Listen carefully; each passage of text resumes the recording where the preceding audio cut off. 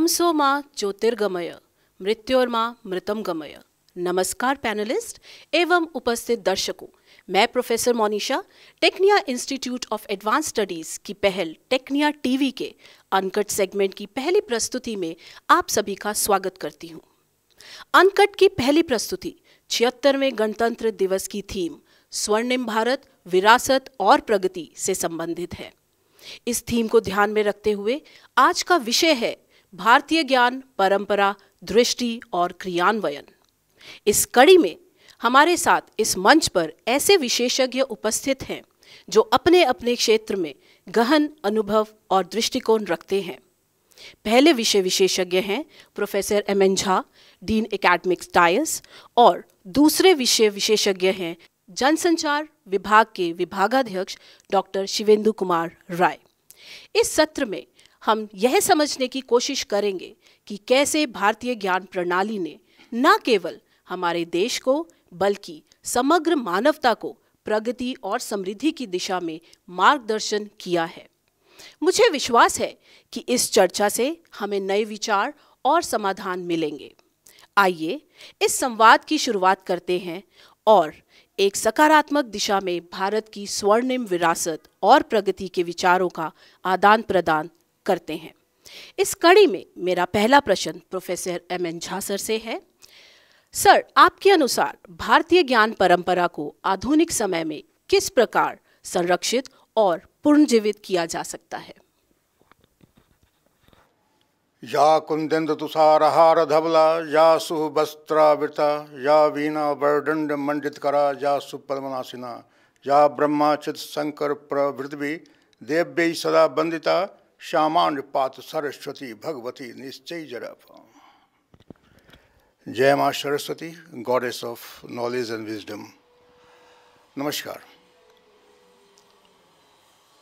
क्या आप एक बार दोहराएंगे अपने प्रश्न को? सर, मेरा प्रश्न है आपसे, भारतीय ज्ञान परंपरा को आधुनिक समय में किस प्रकार संरक्षित और पुनर्जीवित किया जा सकता है? अपने आप में यह एक बहुत महत्वपूर्ण प्रश्न है और एक प्रश्नवाचक भी है। हर उन विशेषज्ञ के सामने में जो कुछ पहल करके इसे आगे बढ़ाना चाहते हैं, सरकार के समक्ष भी, अन्य संस्थाओं के समक्ष भी, जो अपने अपने माध्यम से इसमें सहयोग कर फिर से आगे लाना चाहते हैं हमारे अपने भारतीय ज्ञान परंपरा को। कुछ चीज़ जानना बेहद आवश्यक है इस प्रश्न के उत्तर से पहले। 8000 से 10,000 या यह भी कहें कि उससे भी पहले BC में जो एक ज्ञान परंपरा और ज्ञान कोश बनाकर दे दिया गया और आने वाले समय में उत्तरोत्तर इसमें बहुत ज़्यादा सुधार और बहुत ज़्यादा एडिशन किया गया। इस ज्ञान कोश में भारतीय ज्ञान कोश एक विशाल, एक बृहद कोश है।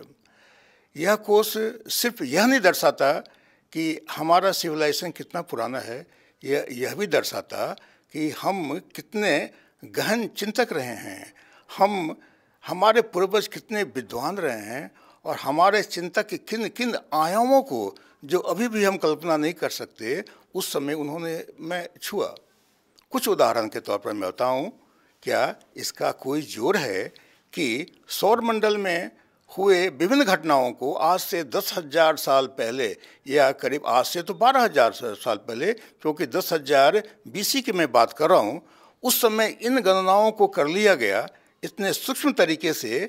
इसका सबसे बड़ा प्रमाण यह है कि उसी पल, उसी सेकंड, जिस पल और जिस सेकंड हमारी पत्रिका हमारी प्रणाली से निकाल कर कैलकुलेट करके दिया हुआ तिथि पर ही सूर्य ग्रहण और चंद्र ग्रहण होता है। यह मात्र 60, 70, 80 या 100 साल पहले की बात है कि नासा और अन्य पश्चिम के देशों ने अपने विज्ञान के आधार पर इस गणना को शुरू किया और उनका वह गणना हमारे इस कोश के द्वारा किए गए गणना के आधार पर जो हमारे सामने रखा गया, बिल्कुल एक एक पल सही मिलता है। इससे बड़ा प्रमाण और क्या हो सकता है? कुछ और प्रमाण की मैं बात करूं, बात है हमारे कला हमारा ये जो म्यूजिक और संगीत का घराना आज का नहीं है, यह भी 6000 और 7000 और 8000 साल BC पहले का है। उस समय जो एक गुरु ने और अन्य अन्य घरानों ने जो अपने कला को दर्शाया और नया नया प्रयोग किया और नए नए तरीक़ों से स्वर, व्यंजन और संगीत का एक माध्यम बनाया, वो आज भी जीवित है। और उस आधार पर पश्चिम के देशों ने भी हमारा नकल करने की कोशिश की है। हाँ, यह भी सही है कि पश्चिम के देशों का भी हम नकल करते हैं, लेकिन सच्चाई यह है कि आज के दिन विश्व के सबसे जीवंत सभ्यताओं में से एक हैं। वैसे सबसे जीवंत सभ्यता the oldest live civilisation Indian civilisation is. और भी कुछ सभ्यताएं थे जो नहीं रहे। अब इतने पुराने सभ्यताओं के ज्ञान कोश को लेकर के आज के समय में उनका क्या उपयोग किया जा सकता है, इसके लिए मैं कुछ उदाहरण और कुछ बातें आपके समक्ष रखना चाहूँगा। बिल्कुल जी, बिल्कुल सर। भारतीय ज्ञान परंपरा, इंडियन नॉलेज सिस्टम। मुझे यह भी जानना जरूरी है कि इंडियन नॉलेज ट्रेडिशन क्या है, सिस्टम और ट्रेडिशन अंतर क्या है। सिस्टम वह जो ज्ञान कोश दिया गया और ट्रेडिशन वो जो उस समय से उनमें से कई सारी चीज़ों को रोल ऑन किया गया, यानी पीढ़ी दर पीढ़ी उसके अनुयायी बने और उसे देखकर आगे बढ़ाते रहे। आज भी हमारे पास जो है वो छना हुआ in this sense, filter in this sense कि सब कुछ हमारे पास नहीं है। हमें शोध करने की आवश्यकता है, हमें जानने की आवश्यकता है। हमसे बहुत कुछ छीन लिया गया। हमें मेडिएवल इंडिया में नालंदा विश्वविद्यालय को जला दिया गया, जहां लाखों पुस्तक रखी पड़ी थी, ज्ञान कोश, उससे बड़ा क्या हो सकता है। मैकॉले ने आकर के एक नया सिस्टम दे दिया, हमारे ज्ञान परंपरा को तोड़ने की कोशिश की, हमें गुरुकुल से दूर कर दिया। और बंगाल में कोलकाता में एक भवन का नाम है राइटर्स बिल्डिंग। आपको मैं बताऊं उस बिल्डिंग का नाम राइटर्स बिल्डिंग क्यों पड़ा। इसलिए पड़ा कि अंग्रेज जब सबसे पहले उन्होंने वहाँ से अपनी विरासत शुरू की और वहाँ से जब बढ़ना शुरू किए हमारे देश के अन्य भागों में, तो उन्होंने एक बिल्डिंग और एक ऑफिस बनाया उनके लिए जो उनको सहयोग कर सकें, जो कलर का काम कर सकें, जो लिपिक हों। राइटर्स बिल्डिंग, उनका काम सिर्फ लिखना, फाइलों को आगे बढ़ाना, सोचना नहीं, नविचार लाना नहीं, डिसीजन मेकिंग में हिस्सा लेना नहीं था। तो हमारे परंपरा को, हमारे ट्रेडिशन को तोड़ने की कोशिश की गई। फिर भी हम महान हैं। महान सिर्फ इसलिए नहीं कि I don't believe in blowing my own trumpet, लेकिन जो मेरे पास अगर है, जो मैंने उदाहरण दिया है आपको, वो ज्ञान मेरे पास है, तो मुझे तो गर्व तो होना ही चाहिए। अब कुछ ऐसी चीज़ें हैं जो चीज़ सामने में विश्व जान चुका है और जानता जा रहा है। अभी क्या शून्य नहीं होता तो क्या मैथमेटिक्स और विज्ञान इतना आगे बढ़ पाता है? क्या दशमलव नहीं होता तो मैथमेटिक्स और विज्ञान इतना आगे बढ़ पाता? कदापि नहीं। एक स्टेप आगे नहीं बढ़ पाता। एक बिल्कुल फ्रैक्शन टू फ्रैक्शन के अंतर से अंतरिक्ष में कितनी कोलाहल मच जाती है। तो उदाहरण कई हैं। हम काफ़ी आगे थे मेटलर्जी एनर्जी में, मेटलर्जी टेक्नोलॉजी में, हम काफ़ी आगे थे हेल्थ में। आयुर्वेद उसका अभी भी उदाहरण है। हम काफ़ी आगे रहे हैं कला और संगीत में, हम काफ़ी आगे रहे हैं। उस समय सर्जरी में हमारे जो विशेषज्ञ रहे हैं वो सर्जरी भी किया करते थे, आँख की सर्जरी भी की है। तो इन सारी चीज़ों को जान करके उसके ऊपर में अपने ज्ञान को बढ़ाना आज के समय विद्यार्थियों का यह परम कर्तव्य हो जाता है कि उन सारी चीज़ों को जानें, समझें, शोध करें, विश्व को बतलाएं कि हम कितना आगे थे और उसके आगे फिर नविचार लाएं और उसका आगे प्रयोग करें और फर्दर शोध करके नए नए आयामों को पकड़ें और विश्व के समस्याओं का समाधान करें। कुछ उदाहरण ऐसा है जो हमारे पुराने परंपराओं को हम जब नहीं जान पाए, जब नहीं ध्यान पाए, तो विश्व के अन्य सभ्यताओं ने हमसे छीनने की कोशिश की और छीन भी लिया। नीम का पेटेंट यूएसए ने करा लिया, हल्दी का पेटेंट यूएसए ने करा लिया और 10,000 12,000 साल से हम उपयोग कर रहे हैं। हमारे सारी पुस्तिकाओं में उनका गुण बखान किया हुआ है। ये अलग बात है, उस पर आगे फाइट हुआ, हम उसका कुछ हिस्सा ले पाए, लेकिन ऐसे कई ज्ञान के क्षेत्र में हम आगे नहीं बढ़ पाए। तो मेरा तो यह मानना है कि आज के नवयुवक विद्यार्थी शोध करें, जानें कि उनके उस टूल किट में, ज्ञान के टूल किट में, ज्ञान कोश में क्या रखा है, उसको लें, समझें और आगे बढ़ें। एक सुझाव उनसे यह भी है कि वह एक ख़ास चीज़ को ही पकड़ें। इतना विशाल कोश है, अगर हर चीज़ को पकड़ के आगे बढ़ेंगे तो कहीं नहीं पहुंच पाएंगे। यह सिर्फ विद्यार्थियों के लिए नहीं है, हम सभी विशेषज्ञ के लिए भी है कि हम साइंस पकड़ें, मैथमेटिक्स को जानने की कोशिश करें, कला जानने की कोशिश करें, हम खगोलीय शास्त्र को जानने की कोशिश करें। तो ये अगर एक क्षेत्र में जान करके उस ज्ञान को आगे बढ़ाएं तो ज़्यादा अच्छा होगा। हमारे विद्यार्थियों का, नवयुवकों का से यह अनुरोध है कि वो उस कुछ विषय को पकड़ें, डूब जाएं उसमें, शोध करें और विश्व को दिखाएं कि हम कितना आगे हैं। बिल्कुल ठीक बोला आपने प्रोफेसर झा। आपने बताया कि डिफरेंट आपने सेक्टर्स का एग्जाम्पल लिया, आपने डिफरेंट कंट्रीज़ का और हमारी शून्य और टेक्नोलॉजी और सब चीज़ का आपने एग्जाम्पल लिया, जिससे मुझे लगता है कि स्टूडेंट्स को और हम लोगों को सबको ये समझने में आई थिंक अब कोई दिक्कत नहीं होगी कि हम लोग जो IKS के माध्यम से बताना चाहते हैं और जो अचीव करना चाहते हैं वो हम बहुत ईजिली कर सकते हैं। क्यों डॉक्टर राय, आपका क्या विचार है इसमें? और मेरे जहन में एक और क्वेश्चन आ रहा है आपके लिए कि गुरुकुल प्रणाली का जो व्यक्तिगत ध्यान और अनुभव आधारित शिक्षा का जो तरीका था, उसे आज की शिक्षा प्रणाली में कैसे लागू किया जा सकता है? इस पे आपका क्या कहना है? सबसे पहले प्रोफेसर मोनिशा, एक तो आपने इस बौद्धिक संगोष्ठी में, इस बौद्धिक विमर्श में मुझे आमंत्रित किया, इसके लिए आपका शुक्रिया।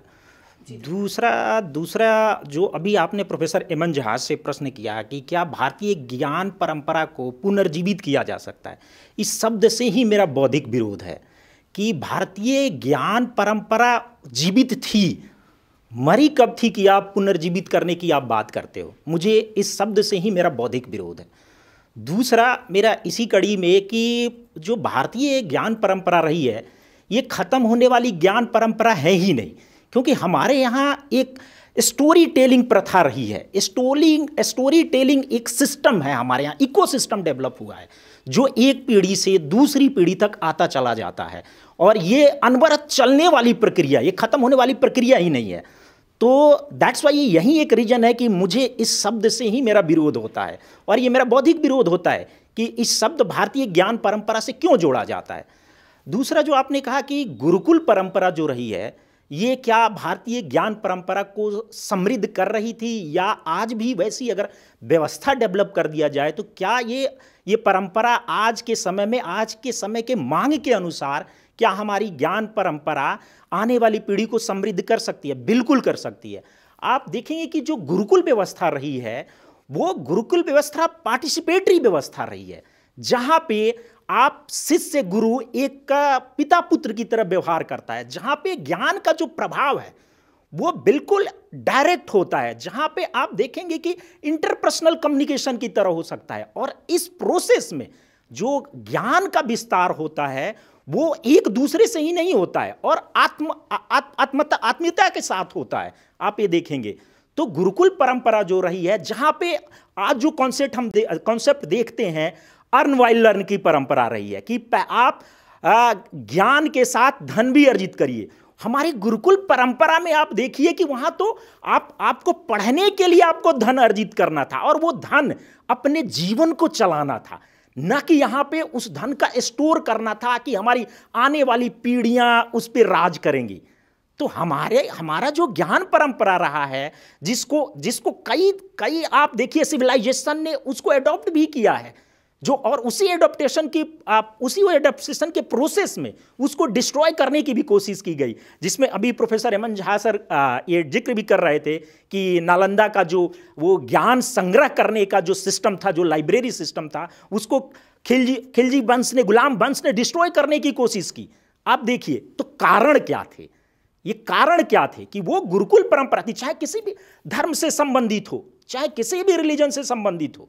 आप देखिए वो बौद्ध परंपरा में ज्ञान का प्रवाह, तो वो बौद्ध परंपरा किस ज्ञान से था? वो हमारे ही भारतीय ज्ञान परंपरा से था। जो ये पंथ निकले हिंदू धर्म में, वो सारे कहीं ना कहीं एक ज्ञान परंपरा को लेके चले, जहां सबका उद्देश्य है मानव विकास। और मानव विकास, उस दौर में जो मानव विकास था वो सतत मानव विकास था। ये जो सस्टेनेबल डेवलपमेंट की आज हम बात करते हैं, जो भविष्य विश्व जिसकी चिंता करता है, 1945 में आके यूएनओ बनाता है, यूनाइटेड नेशन की कल्पना करता है, हम तो अनवरत ही प्रक्रिया चलाते आए हैं।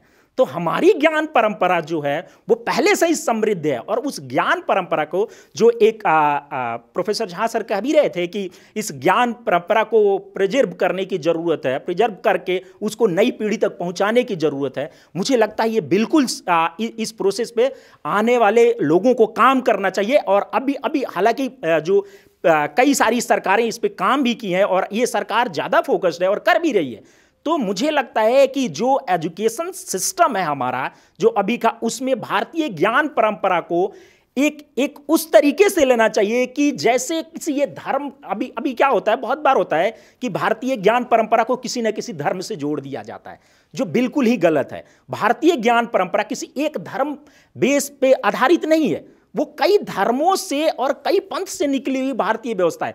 जिस धर्म के लोग आए इस देश पे, जिस धर्म के लोग आए, उन्होंने अपने हिसाब से भारतीय ज्ञान को आम लोगों तक पहुंचाने का काम किया। ये जो बहुत बड़ा काम था, और हमारी भी जिम्मेदारी बन जाती है कि उस ज्ञान परंपरा को हम अपने टूल किट से, जिस टूल किट की बात कर रहे थे प्रोफेसर सर, तो आप उस टूल किट की व्यवस्था के माध्यम से आप उस चीज को आज युवा पीढ़ी तक पहुंचाएं कि भारतीय ज्ञान परंपरा कितनी समृद्ध रही है। और उस समृद्धि में मानव हित था, मानव हित निहित था, और वो उसका निहितार्थ भी था मानव कल्याण। मानव कल्याण उसका निहितार्थ भी था और हुआ भी। अब रही बात हमारे धर्मशास्त्रों के हिसाब से देखें, जो अभी एक बड़े सुंदर श्लोक के साथ प्रोफेसर एम.एन. झा सर ने जिक्र भी किया, ये कहाँ मरी है ज्ञान परंपरा। सर के जेहन में तो आज भी है, आईसीटी के दौर में आज भी उनके जेहन में है, आज भी जेहन में। आज छोटे छोटे बच्चे, अभी आज कुंभ चल रहा है, कुंभ चल रहा है, और कुंभ में देखिए, कुंभ में अभी तक दुनिया का कौन सा ऐसा फेस्टिवल है, कौन सा ऐसा फेस्टिवल है जो इतना पॉपुलेशन इकट्ठा कर सकता है। रिलीजियस ही है, लेकिन हमारी ज्ञान परंपरा का ये हिस्सा है कुंभ। आप देखिए, जहां पे लोगों को इकट्ठा किया जाता है, जहां पे लोगों की मानवता की बात की जाती है, आपने उसको धर्म से जोड़ दिया। लेकिन सही मायने में ये भारतीय ज्ञान परंपरा है, और ये ज्ञान परंपरा का एकमात्र उद्देश्य है मानव कल्याण। तो मुझे लगता है कि ये गुरुकुल प्रणाली इस चीज को लेके चलती रही है, और इस तरीके की व्यवस्थाएं होनी चाहिए। इस पे आने वाली पीढ़ी को गौर करना चाहिए। बिल्कुल बिल्कुल सही कहा आपने, बिल्कुल गौर करना चाहिए, क्योंकि अगर हम इस परंपरा को आगे ले जाना चाहते हैं तो हम जो यहाँ पे पढ़ाते हैं, जो टीचिंग फ्रेटर्निटी है, उन्हीं को ही स्टूडेंट्स को ये बताना पड़ेगा, सिखाना पड़ेगा कि हम इसके लिए क्या कर सकते हैं। बहुत ही बढ़िया डॉक्टर शिवेंदु। डॉक्टर झा, जैसे डॉक्टर शिवेंदु ने बताया कि ज्ञान परंपरा, ये हमारी जो भारतीय ज्ञान परंपरा है, इसमें मैं जानना चाहूँगी विज्ञान और नवाचार में क्या योगदान रहा है, और इसे आज के संदर्भ में कैसे लागू किया जा सकता है, और क्या हम इसको लागू कर सकते हैं? विज्ञान और नवाचार के कुछ अंशों को मैंने अपने पहले प्रश्नोत्तर में जिक्र कर दिया है। वैसे अब आपके इस प्रश्न के कड़ी के साथ मैं अपने मित्र डॉक्टर शिवेंदु राय के कुछ चीज़ों को आगे बढ़ाकर तब फिर मैं अपने मूल प्रश्न पर वापस आऊँगा। गुरुकुल परंपरा में कुछ चीज़ों को आप परिस्थिति और समय के अनुसार ढाल करके देखने की आवश्यकता है। चश्मे को बदलना होगा, उसे देखना होगा कि हम कैसे उस कंसेप्ट को लागू करते हैं, उस दृश्य को नहीं। हम पार्क में पौधा लगा के बच्चों को बिठा करके गुरुकुल, वह उससे संभव नहीं है। उसका एक रूपांतर आज के समय में उसका सूक्ष्म दर्शन कैसे कर सकते हैं आप, ये आवश्यक है। कुछ चीज़ बहुत महत्वपूर्ण है। सबसे पहले हम टीचिंग फ्रेटर्निटी को यह जानने की आवश्यकता है। हमें अपने वर्गों में अपने विद्यार्थियों के बीच इसको ले जाना, और सबसे पहले सबसे पहले अगर किसी एक फ्रेटर्निटी को, वर्ग को जानने की ज़रूरत है IKS, तो वह है हमारे टीचिंग फ्रेटर्निटी को। जब तक हम जानेंगे नहीं तब तक बच्चों को हम क्या देंगे और बच्चा नेक्स्ट जनरेशन में क्या उठा कर ले जाएगा, और बात वही रह जाएगी जो अभी तक रही है। कुछ चीज़ें अब जैसे डॉक्टर शिवेंदु राय सर ने कहा कि मृत्यु तो हुआ नहीं, सही में मृत्यु तो हुआ नहीं, लेकिन ये सुसुप्तावस्था में है। सुसुप्तावस्था में और मृत्यु में अंतर यही है कि सुसुप्तावस्था से हम वापस ला सकते हैं, हम इसे जीवित कर सकते हैं। जीवित इस तरह, इस सेंस में कि मृत्यु से जीवित करना संभव नहीं है, जिसका जिक्र कर रहे थे। वाकई मृत्यु नहीं हुआ। We need to rejuvenate our this प्रणाली, आवर दिस सिस्टम। अब जो ट्रेडिशन की मैंने बात किया था, इसके कुछ आयामों को मैं यहाँ पहले अगर आप इजाज़त दें तो मैं आगे बढ़ाऊँ।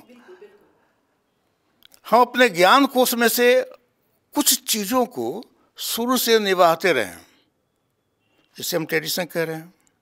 इस ट्रेडिशन का भी 3 भाग है। एक तो मेरे माता पिता निर्वाह करते हैं, हम भी कर लेते। अच्छा मम्मी ऐसा कहती हो, चलो मैं कर देता हूँ, माता पिता को खुश करने के लिए कुछ सालों तक। दूसरा, हमें लगता है कि हमें यह ज्ञान परंपरा को आगे बढ़ाना चाहिए, तो हमें जानकारी नहीं होने के बावजूद, बिना उस पुस्तक को पढ़ने के, बिना उसके अंदर गए हुए हम इसको आगे बढ़ाने की कोशिश करते हैं। यह भी बहुत अच्छी बात नहीं है, क्योंकि ये एक हॉलो है, ये हॉलो है। हमारे मन से यह विचार हम सामने में नहीं ला पाते हैं कि वाकई इसमें कितनी सच्चाई है और क्या है इसके अंदर में। तीसरा वह है जो कुछ ऐसे चीज़ों को वाकई में हैंड होल्डिंग किया पूर्वजों से, एक पुष्ट से दूसरा तीसरा चौथा। हम कल्पना करें कि एक 10 साल या 20 साल किसी को नहीं पता हो, या 100 साल किसी को नहीं पता हो कि ज्योतिष शास्त्र क्या है और सूक्ष्म प्रणाली क्या है और गणना क्या होता है, वो ज्ञान तो चला गया, वो तो नहीं रहेगा। कहीं न कहीं कुछ लोग शुरू से इस परंपरा का निर्वाह तो कर रहे हैं, यही ट्रेडिशन है। लेकिन ऐसा एक नहीं, ऐसा सैकड़ों और हजारों ज्ञान हमारे ज्ञान कोश में है। उसका पुनर्जीवित होना आवश्यक है। वह पुनर्जीवित शोध के माध्यम से हो सकता है, वह पुनर्जीवित सरकार के पहल के माध्यम से हो सकता है, वह उसका पुनर्जीवन हम टीचिंग फ्रेटर्निटी और शिक्षक गण के इनिशिएशन से हो सकता है, इनके डेडिकेशन से हो सकता है। 2-3 बातें इसमें और बताना चाहूँगा। गुरुकुल परंपरा लागू कैसे कर सकते हैं? हाँ, कर सकते हैं। गुरुकुल परंपरा में गिव एंड गिव हुआ करता था, गिव एंड टेक नहीं हुआ करता था। बच्चों के साथ रिलेशन रखेंगे, बच्चा मुझको आदर करेगा तब मैं उसको शिक्षा दूँ, बच्चा मुझको पैसा दे तभी मैं शिक्षा दूँ, बच्चा मेरे लिए कुछ कर दे तब मैं आगे बढ़ के उसको आशीर्वाद दूँ। यह गुरुकुल परंपरा नहीं है। इस परंपरा में आपको बदलाव लाना पड़ेगा। इस बदलाव का यह मतलब नहीं कि सारे कॉलेज और विश्वविद्यालयों को बंद कर दें। इस बदलाव का यह आवश्यक है कि आप खुद एक शिक्षक के रूप में क्या कर्तव्य का निर्वहन करते हैं। अगर आप 24/7 बच्चों को ये फ्री कर दिया, कभी भी तुम कॉल करके मुझसे बात कर सकते हो, ज्ञान ले सकते हो, तो गुरुकुल परंपरा का एक यह भी रूप है, क्योंकि बच्चे गुरुकुल में रह करके कभी भी गुरु माता और गुरु पिता से बात कर सकते थे। यह भी एक रूप है। दूसरा, ट्रस्ट एंड ट्रूथ। जब तक बच्चे में यह विश्वास नहीं होगा कि मुझको ट्रुथ बोला जा रहा है, सच्चाई बोला जा रहा है, तब तक बच्चे ट्रस्ट नहीं करेंगे उसको। और पुराने समय में हमारे गुरुकुल परंपरा में ट्रस्ट एंड ट्रुथ बहुत बड़ा आयाम था, बहुत बड़ा आयाम।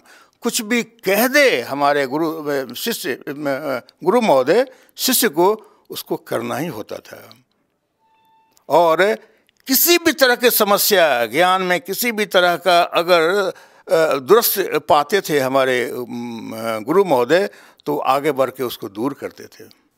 तो पेरेंट्स से ज़्यादा उनको आदर दिया जाता था गुरुज को। गुरु पहले, पेरेंट्स बाद में जी। तो यह ट्रूथ एंड ट्रस्ट की बात थी।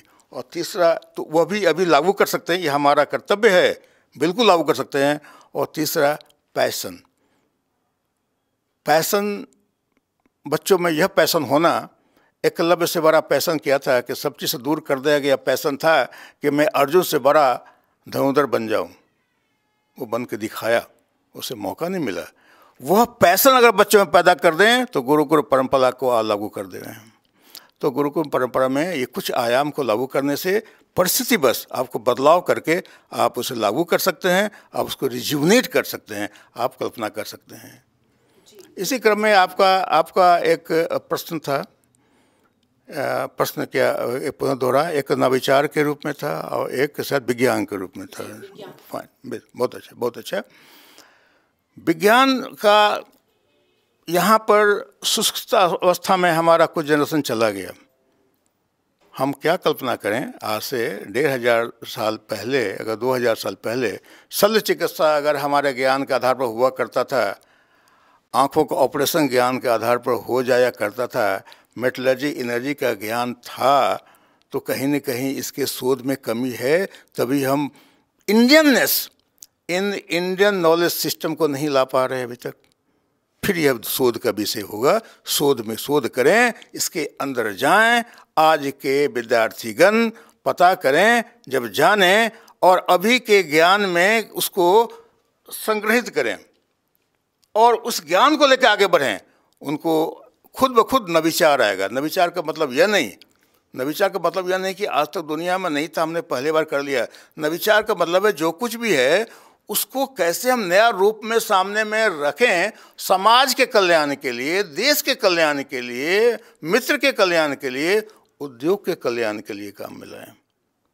तो तभी होगा जब हमारे बच्चे इसको जानें, अंदर जाएं, एक दो विषय को लें, शोध करें, पुस्तक लिखें और अपने जीवन में ढालें उसको।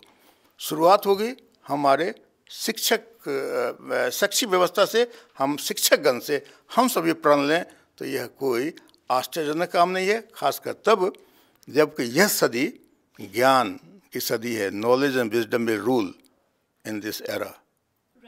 अगर जिसके पास नॉलेज और विजडम है, जिस कंट्री के पास, वही आगे बढ़ेगा।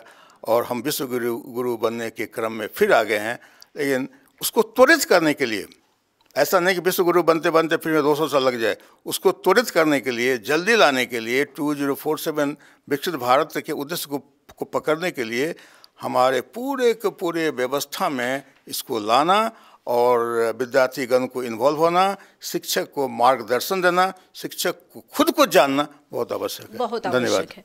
बिल्कुल ठीक कहा आपने प्रोफेसर झा। जैसे कि सर ने बताया है कि हमें गिव एंड गिव पॉलिसी को चेंज करना चाहिए और बच्चों का जो पैशन है, स्टूडेंट्स का पैशन है, उसको हमें और ज़्यादा डेवलप करना चाहिए और ये चीज़ शिक्षकगण ही कर सकते हैं। बिल्कुल प्रोफेसर झा, हमें उनके शूज़ में स्टेप इन करना चाहिए, एम्पैथाइज करना चाहिए कि वो किस दौर से गुजर रहे हैं, उनकी मानसिकता क्या है, और उसी के हिसाब से फिर हम आगे चलें और उनको, जैसे आपने बताया, रिसर्च के लिए भी हम ही उनको मोटिवेट करेंगे। बिल्कुल। तो डॉक्टर शिवेंदु, ये बात रही अभी हमारी योग की, ये बात रही विज्ञान की। अब जैसे कि मोदी जी ने आजकल योग के लिए बहुत ज़्यादा कदम उठाए हैं, बहुत ज़्यादा इसको महत्वपूर्ण बताया है और आजकल आई थिंक हम सब लोग कहीं ना कहीं योग करते हैं, कहीं ना कहीं मेडिटेशन में आ रहे हैं। तो मेरा अगला सवाल जो है वो इसी चीज़ से रिलेटेड है कि आयुर्वेद और ज्योतिष, योग जैसी प्राचीन विद्याओं की भूमिका भारत की वैश्विक पहचान को मजबूत करने में किस प्रकार हो सकती है, इस पे आपके क्या विचार हैं? प्रोफेसर मनीषा, एक तो जो सर से अभी आप नवाचार से संबंधित आप प्रश्न कर रहे थे और सर के जवाब भी बड़ा ही खूबसूरत था। उन्होंने कहा कि भारतीय ज्ञान परंपरा को पुनर्परिभाषित करने की ज़रूरत है, उसको मांग के हिसाब से, यानी जो अभी समय चल रहा है, समय के हिसाब से परिभाषित करने की ज़रूरत है और उसी के अनुसार युवा को उस ज्ञान परंपरा को देने की ज़रूरत है। आप देखिए कि भारतीय ज्ञान परंपरा को जब लोग जो बौद्धिक जो भी जिस भी विचारधारा के लोग हों, वो भारतीय ज्ञान परंपरा को जब देखते हैं तो वो उस टाइम फ्रेम के अकॉर्डिंग, जिस टाइम फ्रेम में वो ज्ञान परंपरा विकसित हुई थी, उस फ्रेम के अकॉर्डिंग परिभाषित नहीं करते हैं, वो मॉडर्न हिसाब से इसको देखने लगते हैं। अभी जो आपका प्रश्न मेरे से था कि योग में, ज्योतिष में, ये उस दौर के, उस टाइम फ्रेम के अकॉर्डिंग ये ज्ञान परंपराएं थी।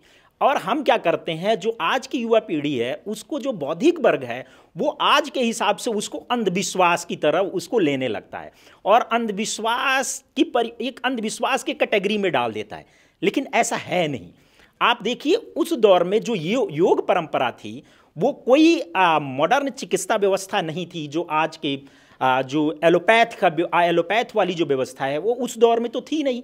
तो जो जड़ी बूटियां थी, जो योग हठ योग जो योग था, जो वेदों से निकली हुई चीज़ें थी, जो हमारे पुराणों से निकली हुई चीज़ें थी, जो ज्ञान हमारे उपनिषदों से निकली हुई चीज़ें थी, ये सारी जो ज्ञान परंपरा थी वो उस दौर के प्राकृतिक स्रोतों से, सोर्स से निकली हुई चीज़ें थी। जो प्राकृतिक में जो चीज़ें उपलब्ध थीं उससे निकली हुई चीज़ें थी।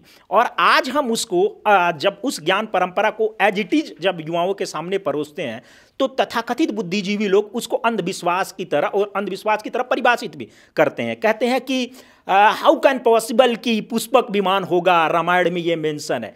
तो आप उस तरीके से भी युवाओं को समझाने की जरूरत है प्रोफेसर मनीषा, कि आप देखिए उस दौर में उस कवि की कल्पना देखिए कि जो महर्षि वाल्मीकि ने, कम से कम वो कितने क्रिएटिव थे। मैं कहता हूं हमारी जिम्मेदारी जो बनती है, जो प्रोफेसर झा सर ने थोड़ा सा इस पे प्रकाश डालने की भी कोशिश करी, आप देखिए कि हमको उस तरीके से युवाओं को ये मैसेज, ये ज्ञान देना होगा कि वो आप एक उसको उस लेखक की तरह देखिए कि उस लेखक ने, उस रचनाकार ने, उस क्रिएटिव व्यक्ति ने उस तरीके की कल्पना की जो हजारों लाखों साल पहले कल्पना की है कि एक पुष्पक विमान भी हो सकता है, जो आज हमारे रॉबर्ट्स बंधुओं ने जब प्लेन की कल्पना करी, प्लेन उड़ाया, लेकिन उस दौर में हमारे रचनाकारों ने एक विमान की कल्पना कर ली थी। आप देखिए शैल चिकित्सा की बात होती है, उस दौर में लक्ष्मण को जब शक्ति बाण लगता है, उस दौर में आप देखिए जब भगवान गणेश का, आप देखिए ये सारी चीजें आप एक एक चीज करेंगे जो आज मॉडर्न एज से जोड़ने की जरूरत है। गणेश का, जब भगवान गणेश के गर्दन कट जाता है, आप देखिए वो प्रसंग, अभी प्रसंग बताने की जरूरत नहीं है, टाइम का भी हमें ख्याल रखना है, लेकिन आप देखिए शैल चिकित्सा का प्रारूप देखिए कि भगवान गणेश का गर्दन जोड़ा जाता है। आप देखिए हमारी चिकित्सा व्यवस्था कितनी समृद्ध थी, कितनी, आप देखिए कि उसको इस तरीके से भी रचनाकारों ने भी देखा है, जो आज मॉडर्न चिकित्सा पद्धति में इसको समावेशित किया गया और लेके आया जा रहा है। अब रही बात, आप दूसरी चीज देखिए, आप एक जो अभी कोविड के जब महामारी, एक प्राकृतिक आपदा आई थी, आप उसको प्राकृतिक आपदा मैं कहता हूं क्योंकि मैन मेड मानता नहीं हूं मैं, क्योंकि ये प्रूफ नहीं हुआ। तो जो प्राकृतिक आपदा थी, जो वायरस जो ये आया, तो उस दौर में देखिए हमारी ज्ञान परंपरा ने हमको दूसरों से अलग किया, दूसरों से हमको कम हानि पहुंचाई हमारी ज्ञान परंपरा, जिसमें प्रमुख जो रोल था वो योग विज्ञान का था। योग ने पूरी दुनिया को इस प्राकृतिक आपदा में ये बताने की कोशिश की, ये समझाया कि योग विज्ञान भी कोई चीज है जो एग्जिस्ट करती है। पतंजलि ने जो ये ज्ञान का अथाह जो भंडार दिया, जो हम अपने शरीर को किसी भी परिवेश में, किसी भी परिस्थिति में, किसी भी आपदा में हम इसको ढाल सकते हैं, और वो कितने भी बड़ी बीमारियां आ जाएं उससे ये शरीर अपने आप लड़ सकता है। जो कोविड में ये प्रूफ भी हुआ और पूरी दुनिया ने इसको माना भी। और इसमें देखिए आप देखिए हमारा MCI, medical council of India, जो योग के लिए बाबा रामदेव लड़ रहे थे, मेडिकल काउंसिल ऑफ इंडिया उनको इसके लिए सम्मानित करने के बजाय उन पे बहुत सारे उनकी दवाइयों पर, उनके शोध के विषय प्रश्न उठा रहे थे। आप देखिए, इसके अलावा कोई बाबा रामदेव ही नहीं, इसके अलावा और भी योग गुरु थे जिन्होंने इस पे बहुत बड़ा काम किया, और उनका काम ही, उनका शोध ही हमारे इस प्राकृतिक आपदा में हमारे देश को बचाए रखा। तो और हमारे ही देश को नहीं, एक वैश्विक कल्याण के लिए योग ने काम किया।